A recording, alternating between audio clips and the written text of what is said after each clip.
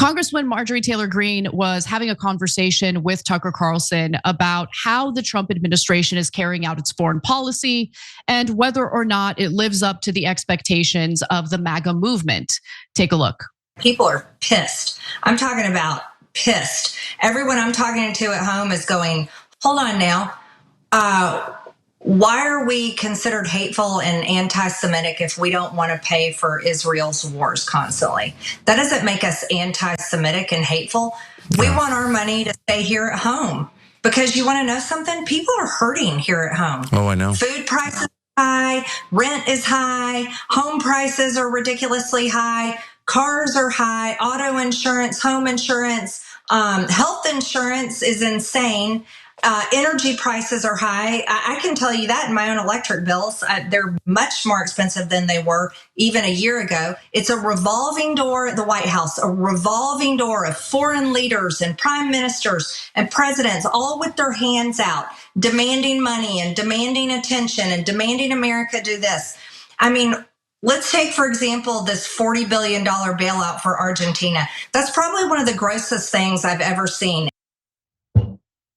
Yes, preach it. The $40 billion Argentina bailout is insane, especially after, Trump's trade wars unfortunately has led to a situation in which our soybean farmers have been squeezed out of trade entirely.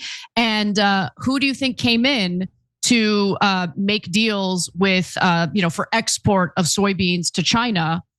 None other than Argentina. So we're gonna bail out Argentina after they hurt our soybean farmers. I don't know if many of them or all of them voted for Trump, but it doesn't matter. They're very upset about this. And I'm really happy to see that Marjorie Greene is talking about it in this interview, along with the frustration that a lot of Americans are feeling across the political spectrum in regard to the resources we're bleeding out in or on behalf of Israel right now.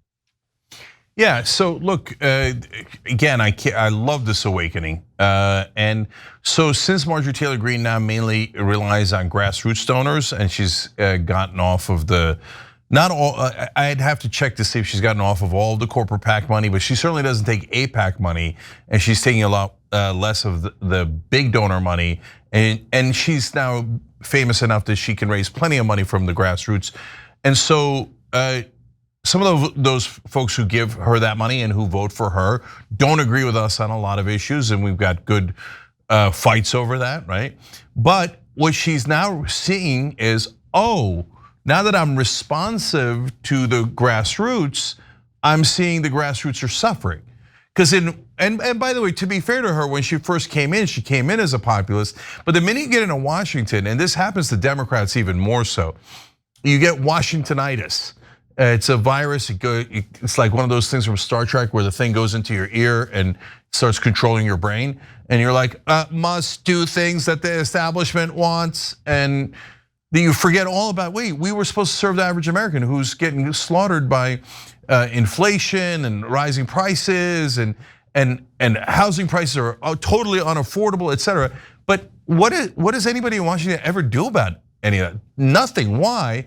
Because the average American doesn't have any lobbyists and doesn't have super PACs or doesn't have dark money. So the guys with all the money control almost all the politicians. That's why, look, Mike Johnson and Marjorie Taylor Greene are in a fight again, right? But who is Mike Johnson? Mike Johnson is the establishment. But who agree? And where's Trump come out between Mike Johnson and Marjorie Taylor Greene? Honestly, about 100% on Mike Johnson's side.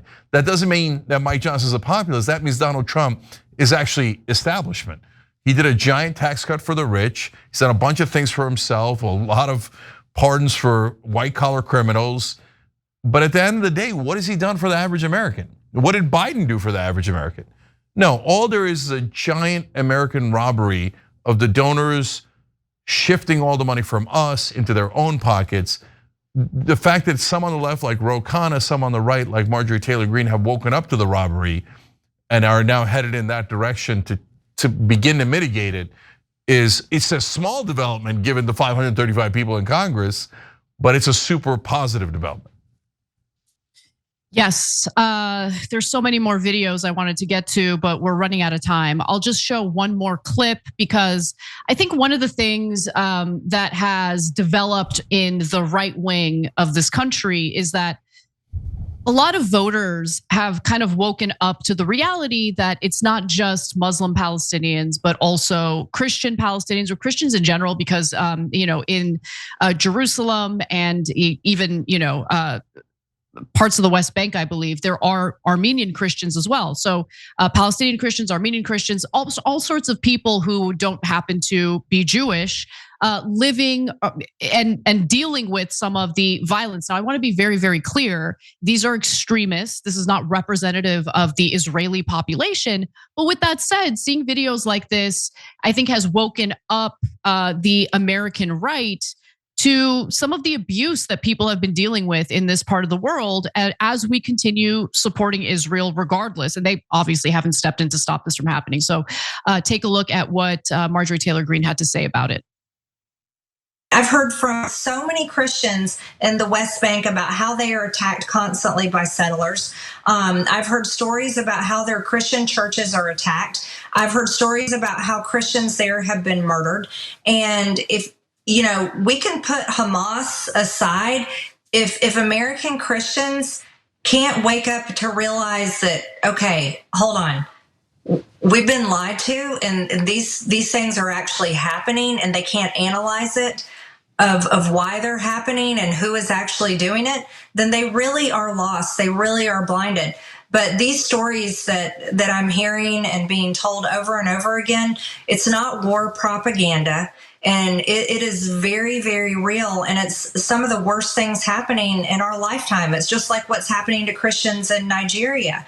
Yeah. There's real Christian persecution, and it's happening in Gaza, and it's happening in the West Bank. And it cannot be ignored. And Christian pastors, most of all, should be the ones talking about it.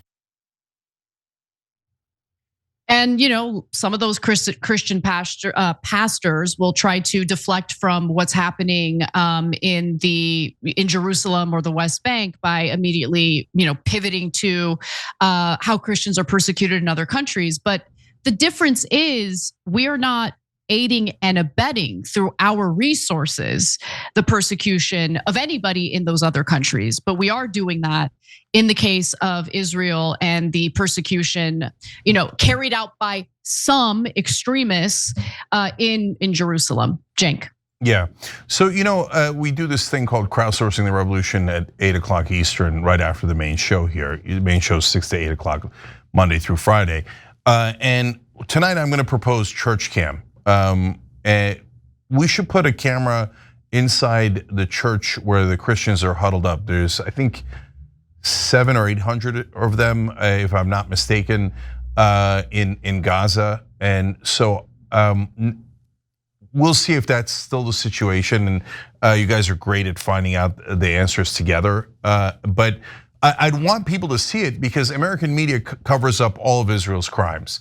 So if you told someone in American media, Israel's killing Christians, they'd say, though that is empirically true, you're an anti-Semite for bringing that up. And you'd be like, wait, why?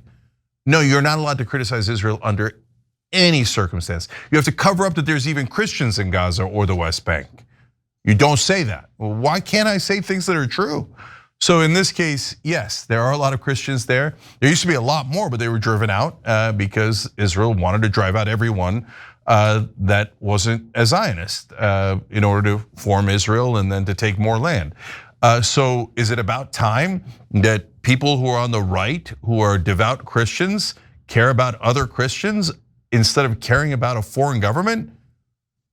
Obviously, and look, I would want them to care just as much about the Muslims who are being brutalized in Gaza and the West Bank. We're going to work towards that day, but I'm glad that they have enormous sympathy for the Christians. I'll take any sympathy for the victims of Israel's war crimes. Every time you ring the bell below, an angel gets his wings. Totally not true, but it does keep you updated on our live shows.